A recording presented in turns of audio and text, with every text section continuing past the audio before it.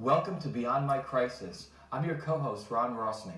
And I'm Vivian Gaspar. We are here today to help you overcome and, of course, conquer the fears that hold you back in life, and especially remind you that it's not just you who's affected when you have fear. It's those who love you and rely upon you. Today we have with us Kalliope. She's a best-selling author of 3 books, and she's an expert in personal development and peak performance strategies. She helped thousands of people become better spouses, parents, and succeed in business. Went from pro golfer to doctor of acupuncture to phobia relief expert. Thank you, Kalliope, for joining us today. Thank you so much for having me, Vivian and Ron. Well, I think for the fear that we had talked about before was about business, how to succeed in business. There's a lot of people that may have jobs that they're not satisfied with and they want to launch.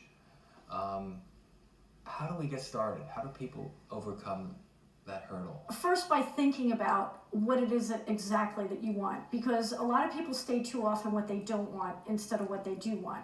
I don't want to be poor. Well, what if instead you start saying, I want to have a better lifestyle for myself, my family, my kids?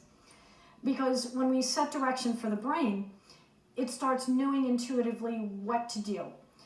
Because you can't get rich sitting in front of the TV watching the Shark Tank. So use language that promotes a positive thought process, not a negative thought process. That's right. Because you need to set a destination for your brain to start doing things. To get it done. So have a plan. So basically think about what you want to achieve and then take an action. You talked about Shark Tank. So sitting in front of a TV watching Shark Tank doesn't create business success for those TV watchers. That's right.